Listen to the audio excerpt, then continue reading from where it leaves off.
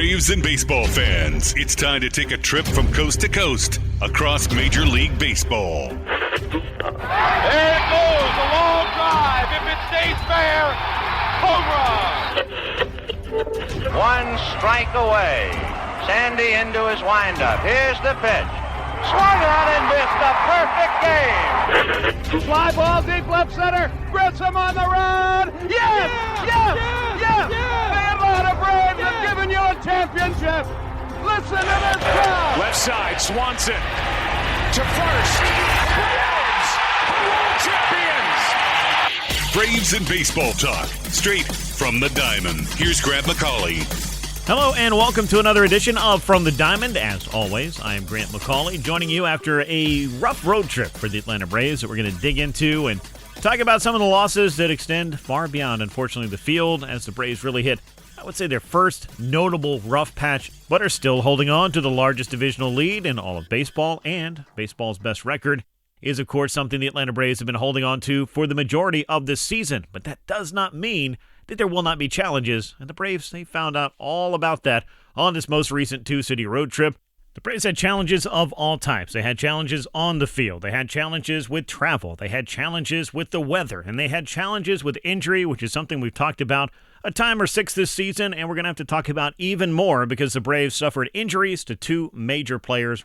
Ronald Acuña Jr. and Spencer Strider both landed on the IL, and we will talk all about that as we continue on this edition of the show. But before we get into all of that, I want to remind you, as always, you can follow me on social media at Grant McAuley on most platforms. It's where you can find me. You can find the show wherever you get your podcast. Just search for From the Diamond. It's also available on the Odyssey app. And if you want links to everything I've got going on, FromTheDiamond.com is the place to find all of that. So I want to do a little bit of recap for what has been a tough week for the Atlanta Braves as they hit the road for what was supposed to be a two-city, six-game road trip and ended up being a two-city, five-game road trip because their finale against the Chicago White Sox was rained out. But prior to that, the first stop of this road trip got off to an inauspicious start for Atlanta as Ronald Acuña Jr. was injured, straining his left hamstring in the opener of the series. But Atlanta had built up a nice lead and looked like it could be on the way to at least a win in the opener of the three games in Chicago's South Side. But that was not to be because the upstart White Sox proved that they're a much different vintage this season than they have been in recent years. The White Sox called up top prospect Braden Montgomery, who hit a two-run homer to walk off Raisel Iglesias in extra innings. The Braves had gone ahead 5-4, but Iglesias blew his first save in 35 chances, and the White Sox took the opener of the series. Aside from a loss, which is obviously frustrating, the big story from that game was Acuña's latest left hamstring strain suffered while running to first base. He pulled up short of the bag, did leave the field under his own power, and Braves manager Walt Weiss said that the club doesn't believe this is as serious a hamstring ailment as the last one, but imaging revealed a grade 1 hamstring strain. So the question will be, how exactly do the Braves want to go about this? Since it's been a recurring issue this year, do they want to give him a little bit of extra time this go-around than they did the last time when he missed about 2 weeks with the previous strained left hamstring? And I don't think this is as simple as, well, you just bring him back and you DH him, because with the lower leg injuries, these can happen on the base paths, as we've seen twice this year. So for Ronald Acuña Jr., could the Braves provide him a little bit of extra time, a little bit of an extra runway before he gets back in the lineup? It's quite possible, as this has now happened multiple times this year. And we know the injury conversation with Ronald Acuña Jr. is one that we've had way more times than anybody wants to. But for the Braves to do the kind of things they want to do this year, you have to believe a healthy Ronald Acuña Jr. could go a long way towards that.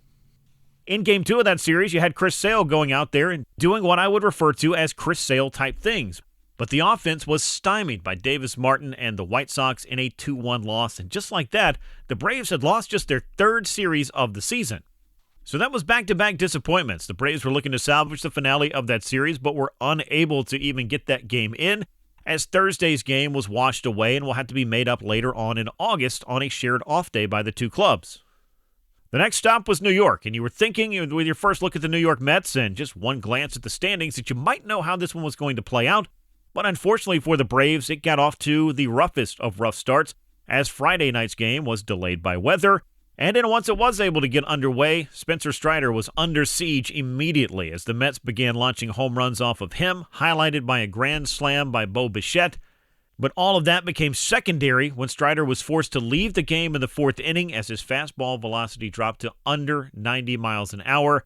That obviously concerning, and that has obviously led to another injured list stint, but the information is starting to trickle in on exactly what to expect for next steps for Spencer Strider, who is going to see Dr. Keith Meister, who performed his UCL brace surgery in 2024. Mark Bowman of MLB.com was first to report that the MRI was clean. There was no damage found in Strider's elbow, but there's a lot of things still in play as far as Strider's most recent physical setback here. It wasn't just the elbow he complained about, it was the shoulder and elbow that were giving him pain. So Meister is going to have to take a look at both of those. The MRI being clean on the elbow is great news because Strider has already been through Tommy John surgery in 2019. He already went through that UCL brace surgery in 2024. And there have been flashes of Spencer Strider last year and this year that would lead you to believe that he would be able to at least figure out some version of himself that was going to be competitive enough. That, however, has not really been the way things have played out lately, as Strider's fastball and slider combo, once I think the most devastating 1-2 punch of any pitcher, at least in the National League, has not really allowed him to be as competitive against big league hitters here in 2026. Opponents are slugging over 600 off of both of those pitches. I went back and looked at the StatCast data, and even though the fastball velocity is at times in the mid to high 90s, it's not there consistently enough, and it was alarming to see Strider throwing 88 and 89 mile-an-hour four-seam fastballs in this most recent start against the New York Mets. So hearing the MRI is clean on the elbow, yeah, that's a box you wanted to check. But I would still say there are several hurdles to clear, not the least of which is any shoulder involvement that might have been contributing to his lowered velocity and or the pain that he was dealing with in his pitching arm on Friday. Strider will visit Dr. Keith Meister. He will be looked at and examined, and at that point the Braves will be able to have a better idea of physically where exactly he is, though the early reports, again, according to Mark Bowman of MLB.com, is they don't believe that surgery will be required at this time, but as we know, these are fluid situations. Pitching injuries can worsen over time. You can have different setbacks for different reasons, and I don't know that the Braves or Spencer Strider necessarily feel like they're out of the woods here yet, but we will find out more as Atlanta returns home to take on the San Francisco Giants in a 3-game series that begins on Tuesday at Truist Park. So with all of that said, the first 3 games of this road trip were certainly forgettable for the Atlanta Braves. They were able to rally for a win on Saturday. Eli White had a huge game at the plate as he homered, as did Michael Harris, and Atlanta recorded a 3-1 victory. But they lost the rubber match against the Mets as Bryce Elder was roughed up on Sunday, and Atlanta has lost back-to-back series, and that was something we had not seen yet in 2026, but over the course of 162 games and dozens and dozens and dozens of series that we were going to see this year, you knew the Braves were going to go through a bit of a lull. Offensively speaking, I think we've been seeing that here for a little while. There are still those outbursts that remind you of what the Braves are capable of, but with no Ronald Acuña Jr. for the foreseeable future, they are in need of a bit of a lift, and perhaps one will be walking through the door this week as Drake Baldwin went out on a rehab assignment with AAA Gwinnett. He homered on Saturday. His Sunday game was rained out, though, in Jacksonville. I don't know if ultimately that's really going to matter. Baldwin caught 7 innings, went 1 for 3 at the plate with the home run. Did he need to play on Sunday, potentially as a DH to get 3 or 4 more at-bats? Yes, but does he really need to go back and rejoin Gwinnett for another game or 2 before coming off the IL? I don't really think that's the case. I think Baldwin has been doing a lot of work behind the scenes, and I would expect to see him sooner than later as the Braves open up their series against the San Francisco Giants. So all of that recaps the Braves road trip, and now they will begin a homestand against the San Francisco Giants and the Milwaukee Brewers. And yes, they will be seeing Jacob Mizrowski on Friday night. But it's the Giants first and then the Brewers. And on the other side of that, the Braves have themselves a West Coast road trip with a stop in San Diego and then a rematch with the Giants waiting for them on the other side. The Braves are back at home after that as we move into the month of July, but some challenges ahead for Atlanta to close out this month and continue to play what has been a pretty good brand of baseball by and large this season, though they are dealing with some very specific injury challenges on top of many of the injury challenges they've already been dealing with. Now, quick note on one more injury, as long as I brought that up. Hurston Waldrop went out on his rehab assignment. He threw a couple of outings in the Florida Complex League, just 2 innings apiece, and then went up to AA Columbus, where he pitched into the 4th, but was roughed up second time through the order. The Braves went ahead, activated him from the injured list, and then optioned him back to AAA Gwinnett That'll give Waldrop the opportunity to just ramp up and pitch every fifth day. We knew it was still, again, going to be probably some point in early July at the absolute earliest that the Braves would lean on him to jump into the rotation. However long Spencer Strider is out could obviously be one of the many dominoes that falls in order to pave the way for the return of Hurston Waldrop, but he still needs to build up his pitch count and build up those innings and have himself ready to go when the Braves do call on him. But looking at what he was able to do last year, Waldrop is certainly capable of providing a lift for the Braves in the rotation, and they may be needing one here in the immediate future. We'll see about what the rest of the season looks like, to say nothing of what Atlanta could do looking toward the trade deadline to bring in pieces from outside the organization. So again, that's what's been going on in a very busy week for the Braves, both on the field and off the field, and of course on the injury front. But we got a lot more to talk about, and to help me do that, I want to welcome in my guest, Stephen Tolbert. He, of course, of the Hammer Territory podcast. Well, Stephen, I appreciate you making some time to chat a little bit about the 2026 Braves, and let's not bury the lead in terms of the overall here. This has been a pretty nice season by most reasonable expectations. I would say it's far exceeded that, but obviously, as we'll see over the course of 162 games, plus the playoffs, if you're lucky enough to get there, there will be storylines. There will be highs, there will be lows, there will be setbacks. The Braves are dealing with a few of those, and we're going to parse through as much as we possibly can here, so I appreciate the time. Grant, what's up, buddy? Yeah, man, listen, if you just dropped in, if you didn't pay attention to anything and just dropped in right now to the start of the baseball season and just looked at the standings, it would, the Braves are having a fantastic year. And you would take this, at least by record, you would take this pretty much every time. Now, obviously, for me and you and a lot of people who kind of do this stuff on a daily basis, we're a little more zoomed in, so we experience the peaks and valleys. And I would definitely say this is probably one of the first valleys of the Braves for the year. I mean, this road trip hasn't been the most fun. They've had some injuries that I think we're going to talk about on the show.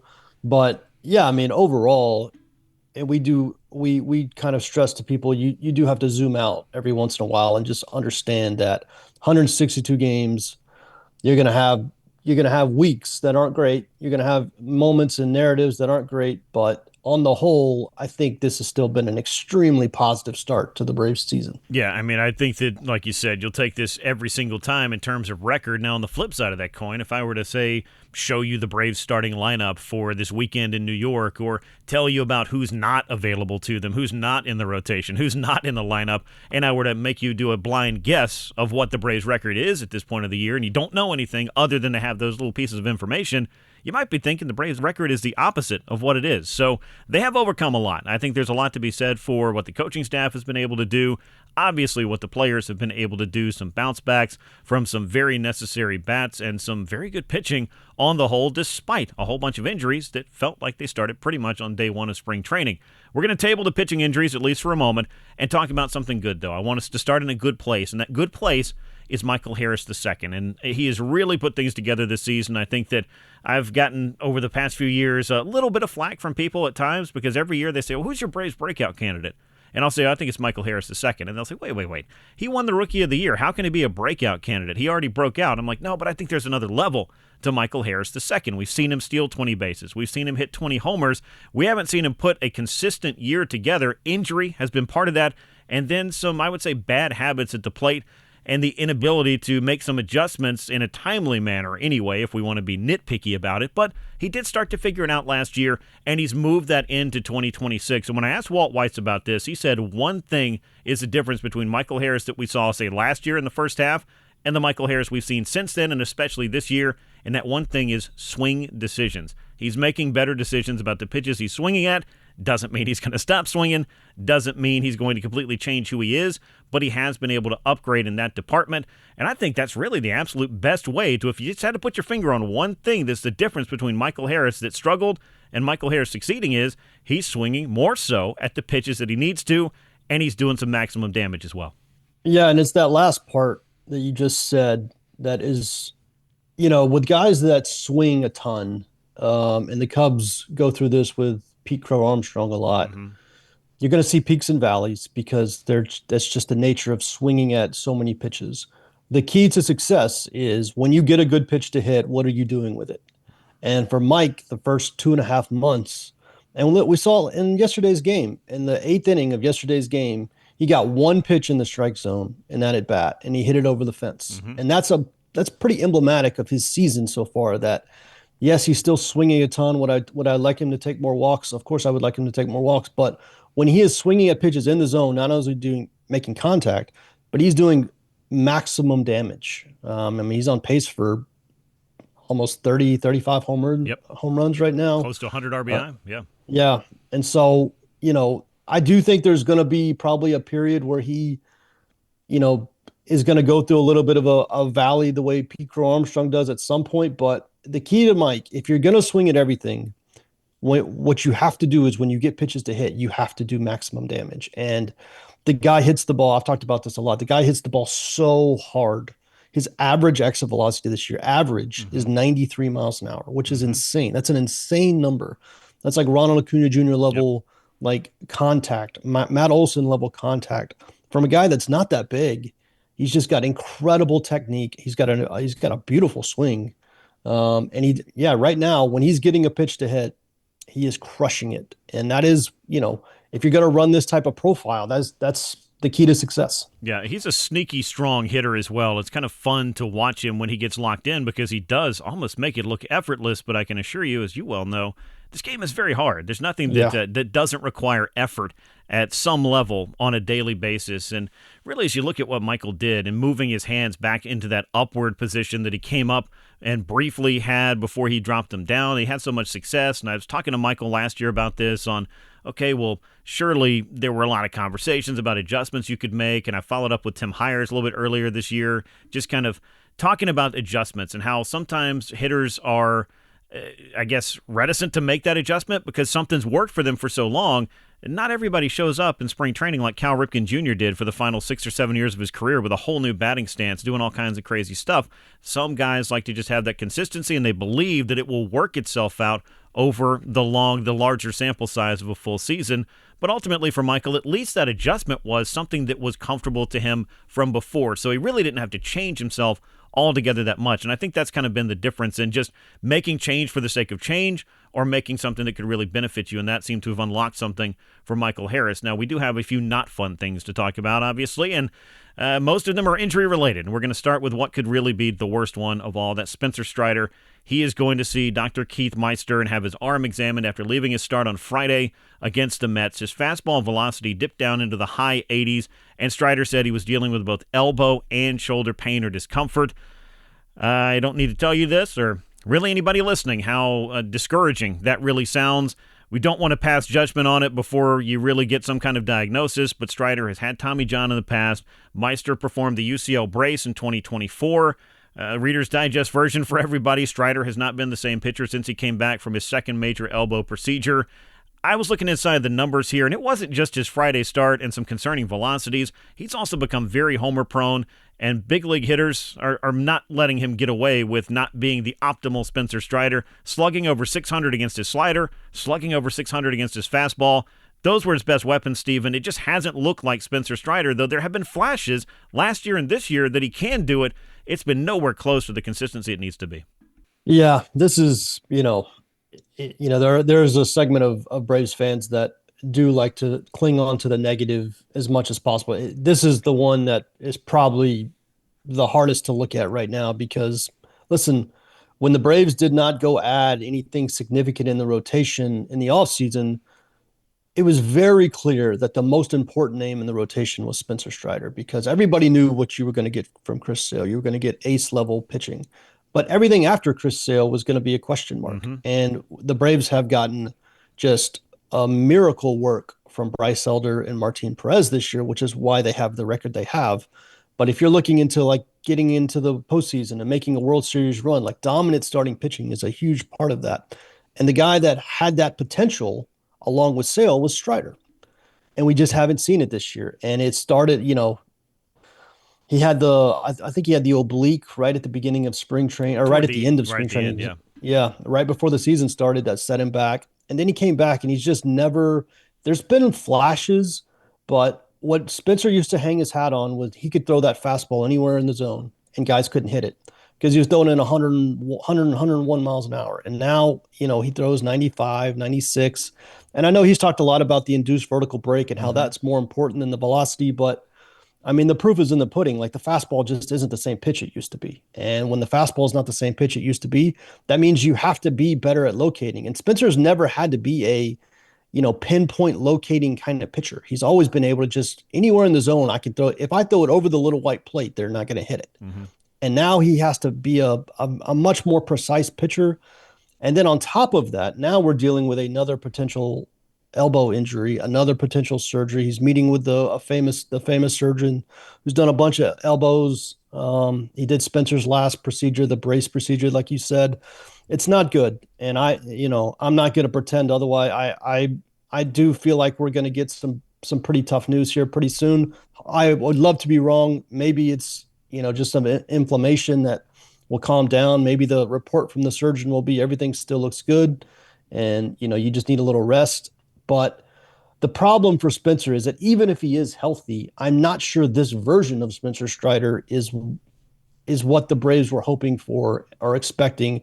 And in my opinion, desperately needing, because they didn't go get more pitching in the offseason. Now, obviously, Alex can remedy that at the trade deadline, but I think it does. I think it's, I think it is showing a light on the part of the team that I think most people would agree needs the most upgrading in the next couple of weeks. Is what does the rotation look like after Chris Sale? Yeah, it's a good question. And Bryce Elder clearly has done yeoman's work in the rotation, or more than that. I mean, he's been more terrific. Than that, yeah. And nobody really, I don't think, saw that coming. But Bryce had made some, I feel like, adjustments to his stuff in the final 6-7 weeks of the season last year that he felt like could carry over. And his cat, I talked to Drake a little bit about it. He said, look, it's a little bit sneakier than you realize. And now that he's got 3 different fastballs and some breaking balls and a changeup, I mean, he's got some pitches. Does he have to be pretty fine and execute in the margins to succeed? Sure, he does. He can't afford to make a lot of mistakes over the plate. But Bryce Elder has definitely, I think, played the role that you were kind of hoping that Spencer Strider would, of being that guy every 5th day that was giving you the kind of start that could help you win a baseball game. Spencer has really kind of been a Jekyll and Hyde pitcher since he came back. And I was looking at his Savant page, and if you looked at it in 2022, 2023, pretty much everything is red and all the way to the right. It's 90th and better percentile, if not 99th or 100th percentile in everything. But for Spencer Strider, a guy who led Major League Baseball in strikeouts in 2023, his chase rate is pretty much middle of the pack at this point. And you see negative pitch values for both his fastball and his breaking ball. His best weapons this year have been a curveball and a changeup that he throws infrequently. So in other words, even with the inverted break that you talk about and the extension, which is still pretty good, he's not been able to make up for, I think, a little bit of the missing velocity, or he's being punished for missing locations in a way that he didn't used to be, and at least some of that has to owe to velocity. But we'll figure out a little bit more about Spencer Strider, I'm sure, on this homestand, and like you said, and like we've talked about, it doesn't feel encouraging at this point. We don't want to rush to judgment, but either way, it's Spencer Strider on the IL as it stands.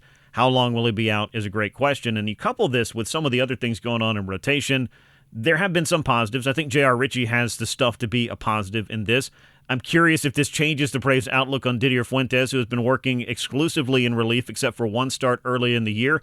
It would take time to stretch him out, though. Can you afford to take him out of your bullpen, send him back down? It seems like they didn't want to do that, so now I don't know that it's really going to change altogether that much. But my thought was that eventually Grant Holmes would shift into a bullpen role that might be both good for him and good for the team. Now, he's been serviceable, I think, if you want to call him your 5th starter. But another problem is that Ronaldo Lopez is no longer looked at as a starting pitcher as of right now. I don't see that changing anytime soon. Do you? Yeah, no, they're not even using Ronaldo in high leverage in relief. No. I mean, Ronaldo's been kind of relegated to the kind of the 5th, 6th inning mop-up role in relief. I mean, basically because he hasn't looked that great. The stuff still hasn't come back. I thought moving to the bullpen, we might see an increase in his stuff, his velo. Been a little bit.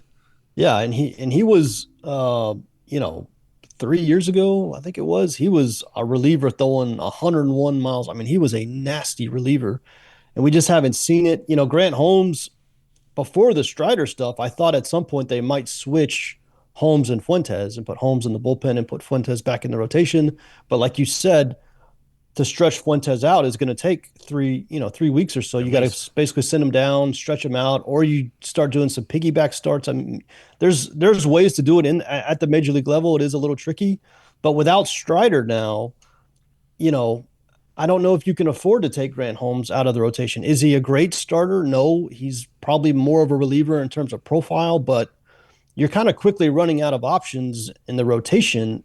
I know Hurston Waldrop is on his way back, but I'm not sure how much you can rely on him. He's been out for so long.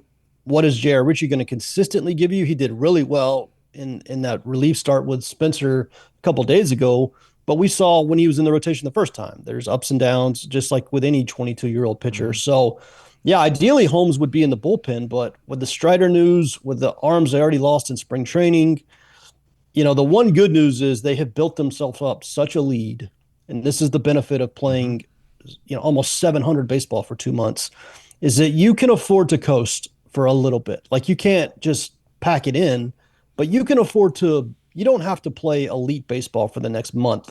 You can play average baseball for the next month, and you're still fine. Like, that's the benefit of what they did in April and May, is that they do have some space here. They've got some room here to do some stuff. But yeah, the rotation all the way around after Sale, and I would say Elder's earned the right to be in that conversation. But yeah, what do you do with Grant Holmes? What do you do with Fuentes? What do you do with Ritchie? What do you do when Waldrop comes back? What do the trades look like? Like, it is an all around fascinating conversation. It definitely is, and I think that the trades, there's so much more of a case for the Braves this year than perhaps obviously last year. You weren't looking to make impact trades for the second half. 2024, I think there was a case to be made, but again, the pitching was so great in 24. Were you really worried about that at that time? Yes, I know Chris Sale ended up with back spasms at the absolute worst time possible when you went into that wild card series against San Diego, but you couldn't have known that at the trade deadline. And again, pitching was the Braves' strength that year. It was offense that was the big problem. So the Braves haven't necessarily used the trade deadline to go out and get the biggest piece out there. And I know there's been a lot of discourse about Tarek Skubal and if he's available, and nobody's even said he's available yet. Do the Tigers really want to play it out that way? Even if they're out of it, do they have to trade him? Do they want to re-sign him? What does that do if you do trade him? I mean, there's a whole lot of optics I guess you could talk about. Some of them probably worth a conversation, some of them probably not. But if you look at the way Alex has operated, what's the opportunity out there to get somebody who could stick around for a while? Because if Spencer Strider is once again down, and this was not necessarily a driving force for this conversation to begin with, or this line of thought, what about finding somebody if the Giants decide, hey, we might deal Logan Webb, and you've got to pay the prospect capital or the prospect price, and you finally have the capital for what feels like the first time in years to make a move like this? I'd want multiple chances, not only for the guy that you can put with Chris Sale to go into October and feel like at least you've got those two, and then maybe you start to backfill that. Maybe there's another move of a lower leverage variety or a lesser cost variety. But it is going to be pretty interesting, I guess, to make a long story short, to see how the Braves approach this, because I don't blame them for not signing some of the lower-tier free agent starting pitchers. And I would say, and Alex, I'm not trying to give him credit in hindsight, but it doesn't look like he really missed on anybody that was going to be a huge part of the solution. And you knew at some point you had to run Spencer Strider out there to, at worst, find out what you got and what he is for this year and beyond. So it's not like you can plan to have 7 or 8 starting pitchers, 3 or 4 of which you signed as free agents and spent money on, that you don't have a spot for them to start, and you can't stick them all in the bullpen either. So it was just this weird calculus, I feel like, that the Braves had to do. But as soon as you get to spring training, boom, Spencer Schwellenbach. Boom, Hurston Waldrop. Trying to break camp and go north, boom, Spencer Strider. All of a sudden you've lost 3 starters. And look, Justin Verlander ain't fixing that. Max Scherzer's not fixing that. Zach Littell, Lucas Giolito, Chris Bassett. I mean, none of these guys have either been good or healthy or both. And I know there's a few more other names we could throw out there, but what a weird place to be in. And yet you still look at the Braves pitching staff and their numbers and how it relates to the rest of the league and where they rank. And if you didn't know the context of what the Braves have dealt with, you'd feel like the pitching staff has done a really good job this year, because on the whole, they have. And the bullpen's been a big reason for that, of course. Yeah, so going back to the Logan Webb stuff, and I know that's been out there, Alex's MO is always years of control, right? He doesn't do rentals. He at least doesn't do elite level rentals. Now, he'll do a Jorge Soler, he'll do a Jock Peterson, something that's not going to cost much of anything, but the Tariq Skubal is just the type of move we've just never seen from Alex. And I agree with you. I don't know we're even to the point where Skubal is going to get traded, but I'll say this. When you're talking about a baseball season, the math says you don't really want to ever go all in on any one season because of the variance of the playoffs in baseball. It just doesn't work the way other sports do. Even the best teams have like a 15% chance to win a World Series. And if you go make an elite move, that 15% gets bumped up to like 17%. Right. Like it doesn't work that way in baseball. So going all in for one season doesn't make sense. On the other hand, if you're Alex looking at the team, the best chance for you to win a World Series is while Chris Sale is an ace, right? That's the best chance with this group is while Chris Sale is an ace. Chris Sale is an ace right now. This is the only year you're guaranteed of that. Now you have Chris Sale under contract for 2 more years, but the combination of him being very good and healthy at the same time, pitching is pitching. You don't know what the future holds. So you can arrive at 2 different conclusions using very sound logic on what Alex should do at the trade deadline. That's why it's going to be so fascinating, because I can make an argument for going heavy on somebody like Logan Webb. The Braves farm system is as good as it's been in a long time. They have actual bullets that they can use. They have actual like bidding wars they could win with prospects, which is not something I could say. Yeah. In the past, Alex could make a deal, but it was like, all right, we got to give up Drake Baldwin. Like that was just it. And he wasn't going to do that. But now they have actual prospects that like they might be willing to part with. So it is going to be fascinating. And I'm just fascinated to see the overall direction. Like, do they push some chips in for 2026? Or do they stay with the course of like, the best way to win a World Series is just give yourself as many shots at it as possible by being there as many years in a row as possible? Because it's sound logic. I can make the case either way. It's going to be interesting to see which way Alex picks to go. Yeah, and we're still a little bit early, obviously. Hurston Waldrop could be a factor, but it doesn't seem like that's going to happen for the better part of at least 3 weeks to another month before the Braves would pull that particular cord and see what he can offer. Spencer Schwellenbach is a second-half return. But again, he's out there as a possibility that could help, but certainly not something you could count on, and certainly not something that should keep you from making that kind of move, nor do I think it will. Now, sticking a pin in all of that because the trade deadline is still quite a ways away, but the pitching needs are going to be something for the Braves to look at. How are they going to continue to do the things they've done thus far this year? Well, I think most people would look at Ronald Acuña Jr. and say, that guy is going to have to help us out there. But for the second time this year, he's dealing with a left hamstring issue. They say this is less severe than the first, which wasn't severe to begin with. He only missed about, a week and a half or so. Not much you can do here other than give him some time to heal up. I see the takes. I see a lot of the conversation around Ronald Acuña Jr. that is baffling, to say the least, to be polite about it. But certainly it's a frustrating development for both Ronald and for the Braves, because typically when you look at the Braves' success and you think, okay, what players are going to be essential to that, Ronald Acuña Jr. is going to be toward the top of that list. So, Stephen, I don't think that we're dealing with something here that needs to lead to the kind of nuclear option conversations that maybe some people are having, but not having Ronald Acuña Jr. around is, again, a frustrating development for a Braves team that could use that firepower as much or more than anything, especially if they're dealing with some pitching questions. Yeah, the thing about Ronald is even when he's not having like an A-plus Ronald Acuña Jr. season, like right now, Ronald's got a 375 on-base percentage. Yep. And that's having like a B- season for him. Like even when he's not unbelievable, he's always on base. And obviously he bats leadoff. And it creates so much opportunity on offense. And when you don't have that, and especially when you don't have Baldwin, who we're going to talk about here in a minute, like you just have this massive void. Like I love Mauricio Dubon and I love Michael Harris, but neither one of those guys would you deem as like top of the order. Right. These are the guys that drive your offense type of hitters. Harris can do it in spurts, but Acuña, I'm not going to get into all the takes. I mean, the takes are just, you see them as much as I do. They're just unreal. It's wild. It's absolutely wild. But listen, the fair conversation to have is that Ronald does have a tremendously long lower leg issue that he's had basically since day one. Like I remember his rookie year, he hit a bag wrong in Boston and looked like he tore up his knee, and he didn't. He was only out, but he was out for like a month. And basically every year, other than maybe a couple, 2023 being the notable one, he's dealt with something in the lower leg, whether it's hamstrings or knees or calves or whatever it is. There's just, I see the argument for, people say he should DH more.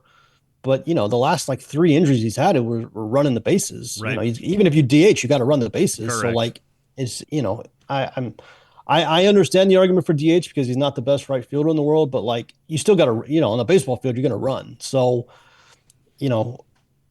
you just got to have to weather it. And luckily they haven't had the devastating Ronald Acuña Jr. injury yet. These 10-day IL trips in the end probably aren't going to be that significant when the Braves have the kind of lead they do. As long as he's healthy for the stretch run, that's really what matters. I actually would not mind, especially since it's the same hamstring that he hurt the first time. Mm-hmm. I actually wouldn't mind a little patience with this one, maybe even like an extra week or so, because the Braves do have this big lead. You look at their playoff odds, it's like 99% chance of making the playoffs right now. I know people are freaking out in the short term, but Alex obviously has to have a longer view in mind. I wouldn't mind them being a little cautious with this one because it's the exact same hamstring you hit the first time. You need him for the stretch run. You need him for October. You don't necessarily need him for like the middle of June. So I wouldn't mind a little caution this time around. Yeah, and I wouldn't either. And I think the Braves have typically been pretty good at saying, okay, we're going to give you this amount of time. Okay, you're feeling good. We're going to give you just a little bit more in the past. Yeah. And typically that ends up being maybe an extra day or a couple of days or here or there. They're not in a hurry to rush somebody back and, to your point, create a bigger injury concern because you were being reckless with how you brought the guy back. And I don't think the Braves have been reckless with Ronald Acuña Jr. I think he has a high desire to play and to be on the field. I think that's pretty obvious about Ronald if you follow him for any amount of time. I think that there's also, again, a lot of conversation around him that fair or unfair just seems to just be part of the discourse that you have with him. I don't know that I've ever seen a fan base that, at least in some pockets, has been so unhappy to have one of the best players in baseball. But I'm, again, just going to leave that right there. He is a guy that you need back. And to your point about the extra time, I think the Braves are probably to that point where they're going to give it to him, but that doesn't mean, hey, we're not going to see Ronald until after the All-Star break, or hey, we're not going to see Ronald until August, or hey, just break the glass and he'll run in like Superman in October. That's not how that works either. So you've got to follow this thing through, be as judicious as you can be, but eventually Ronald's got to be back on the field, and I do think that will be sooner than later just based on the severity of this injury, and that's a net positive for the Braves. Another net positive for the Braves could be happening as soon as this week. As we talk about essential members of the lineup, Drake Baldwin, certainly one of those, homered in day one of his rehab assignment with Gwinnett on Saturday. This should only be a couple of days, a weekend thing for him before he gets back to Atlanta when the Braves return home after this road trip. It's safe to say Drake has been missed greatly offensively, and if you do have to go without Ronald Acuña Jr., it's kind of the same thing we've said when Drake went on the IL and Ronald got going. It's nice to have somebody come back in that could really help you to carry the team a little bit, because some of the guys who've been doing it all year long could use a little bit of reinforcement, and I'm kind of pointing at Matt Olson saying he can't do it by himself. Yeah, Matt's looking around going, what happened? Where's everybody? Because, and listen, I'm not gonna bang on all the backup catchers the Braves have. Sure. Have they been good? No, they've actually been probably closer to a disaster, but those guys, it's not really fair to expect much. Those guys were either sitting on a couch or wherever, and then got a phone call, maybe sitting in AAA or AA somewhere. They were not expected to be like contributors.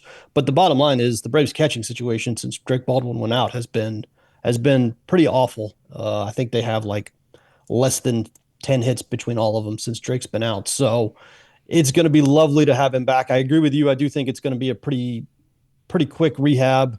I wouldn't be surprised at all if he's back the first game of the homestand against the Giants, I think. Yep. So, yeah, I mean, top of the order, one of their 3 best hitters, I would throw him right back in that second spot and just let him and Matt. Matt's been unbelievable this year. It's been a little quiet lately, not because he's been slow, but because the offense has been slow around him. And he's actually gotten hot again kind of quietly. So, yeah, it'd be one thing, and we talked about this on our show. One thing we haven't seen yet is like Ronald Acuña Jr. going with Drake Baldwin and Matt Olson all in the lineup together. We haven't seen that this year. They've played at the same time, but like Ronald was still starting up the season, hadn't quite got going. So the fact that the Braves have the record they have, and we still haven't really seen that, Acuña hot, Baldwin, Olson all in the lineup together, that does speak to how much talent this team potentially can have on offense. We're not going to do the Austin Riley discourse today, but like there is quite a bit of talent there. And if you can just get Acuña, Baldwin, Olson back in the lineup, I'll take my chances. And I do think, and we don't have to get into the deep conversation, but I do think at some point Austin Riley is going to figure something out. In 2024 and in 2025, there were times where eventually a switch got flipped and he did start to hit for power. Unfortunately, both those years ended earlier than they should have with injury, and that's part of the discussion now is, well, he's healthy, but he hasn't found the consistency, and nobody's more frustrated about it than he is. But yes, that could also be helpful to get the best version of the Braves together in a lineup and just see what that could look like. It could be very exciting, especially if you've already got the best record in baseball. So let's wrap up with this one because it's been kind of a strange one because shortstop's been a question mark for the Braves since pretty much Dansby Swanson signed with the Chicago Cubs. Orlando Arcia gave you a surprising 2023, and then he reverted to just a worse version of himself in 24, and it opened the door and the discussion wide open again for the Braves to try to figure it out in 25. Nick Allen was tremendous in the field.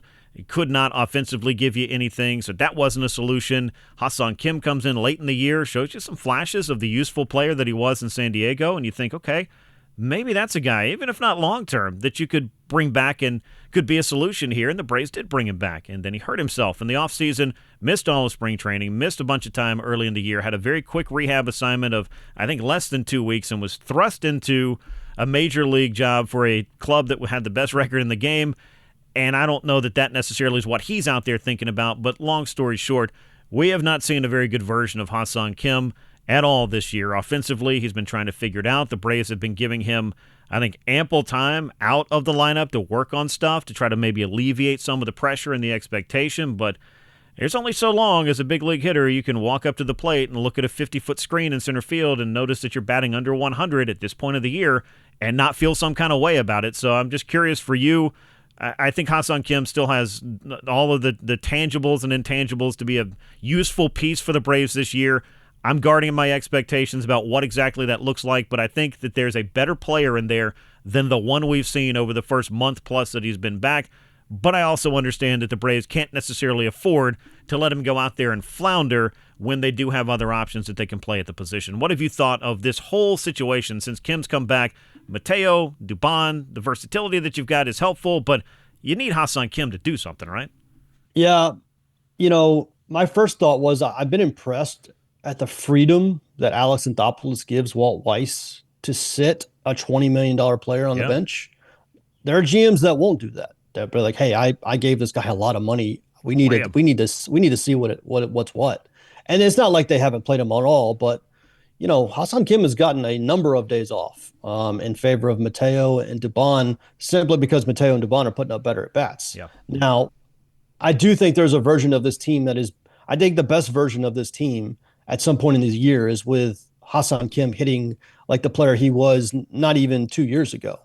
The problem is, you know, they're only going to give you so many opportunities. And like he's gotten a little pocket of opportunity here because Ronald's been out and Dubon's had to play in the outfield, and that frees up a shortstop start here or there. And he still hasn't done anything with it. And like every day you look, he's like over 3 with a couple of strikeouts, and like the batted ball quality is really poor. Mm-hmm. Like he's hitting like 85 average, like 85 mile an hour exit velocity, 86 mile an hour. It's very poor. Like there's not a lot behind the curtain under the hood that you can like grab onto and be like, all right, this is something we can look forward to. I don't know what they do. I at some point the money is already spent, you know, quite literally. I mean, he's already been paid almost half of that $20 million because we're almost halfway through the season. Yeah. So at some point the contract just doesn't matter anymore. I'm not sure the contract has mattered all that much to begin with, the way they've played the other guys. But, you know, especially when we get into August, September, 80-90% of the contract has been paid. It's just who's best. It's just who's playing the best. Yeah. And so I would love Ha-Seong Kim to get going. I do think there's a version of this team that's probably best with him playing to his ability, but I do not blame Walt Weiss at all for the way he's handled it. I applaud the organization for allowing Walt to handle it the way they have. And if I'm Ha-Seong Kim's got like another, you know, I would say to the All-Star break to show something, any sign of life. And if not by then, I would not be surprised at all if just like, especially when everybody's back, if just like Mauricio Dubon is a shortstop, because he is the better defensive shortstop. Let's not make any mistake about that. And if nothing else, the Braves are not going to put somebody out there, because that's the other thing with Kim is he also hasn't looked great with the glove. and the Braves are not going to put a poor defender at shortstop. And so, it's getting late early for Ha-Seong Kim. He needs to show something. Yeah, I mean, I would push back a little bit on the defensive side. I feel like he looked clunky in the first week or so, but I feel like he's looked better since then. And this is a guy that's been a better fielding shortstop, but it's not enough to force something offensively that's not there when you have two other options, as the Braves do. And that, I think, is, if you want to point at Alex Anthopoulos and ask the pitching questions, well, you also have to point at him and say, nice job on the depth, because the Braves haven't had this kind of depth and this kind of bench. I've been talking about this for a while, since probably around 2010 when they were running out the Martin Prado and Omar Infante, and they had Eric Hinsky. They had bats that could, hit for power. They had guys that could play all over the place off the bench that made it a better team in the aggregate, and that is where I think the Braves have found a lot of their wins this year, is in the aggregate. Well, Stephen, I appreciate all this time. Let everybody know about Hammer Territory, where they can find you guys, and all the good stuff you guys have going on over there with that great team. Yeah, Hammer Territory podcast, part of the Foul Territory Network. It's me and Brad and Scott and Sean, and Grant's been on our show a number of times. We do Grant's show. Grant's probably one of the most common guests at this point. So yeah, it's obviously been a really fun year. We've had a lot to talk about. We're usually 3 or 4 episodes a week. So yeah, come on over and check it out. All right. Well, I appreciate it. And we will do this again sometime in the future, I feel sure. All right, brother. Well, that's going to do it for this edition of From the Diamond. My thanks again to Stephen Tolbert for making all that time to discuss some of the goings-on for the Braves, some of the good news, some of the bad news, some of the injury news, which the Braves just can't seem to escape. But look, all 30 teams are dealing with that to some degree, and the Braves are just going to have to find a way to plug those holes and keep their winning ways going.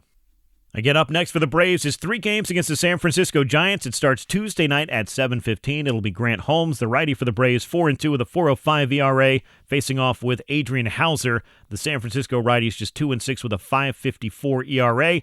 Then we'll see the rookie J.R. Ritchie, who was brilliant in relief of Spencer Strider, and of course, I think has shown the Braves that there's a lot to like as far as this young righty is concerned. He's 1-1 with a 3.82 ERA.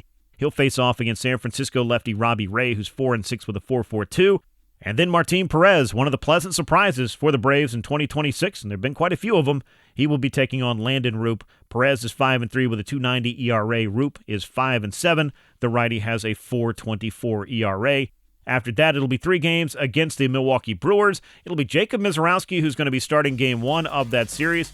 We'll see how the Braves want to line things up, but a Mizorowski-Sale matchup that could be looming on Friday, that might be worth a trip to the old ballpark if you're on the fence about it.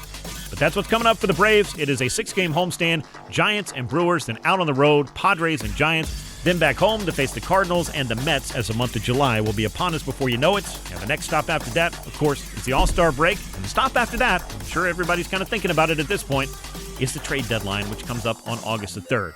But before we get ahead of ourselves, a lot more from the Diamond between now and then. Make sure to subscribe wherever you get your podcast and tune in on Sunday nights on Sports Radio 92.9 The Game in Atlanta and on the Odyssey app. With all of that said, it's been another great episode. I look forward to catching up with everyone next week. Until then, I'm Grant McAuley. So long, everyone.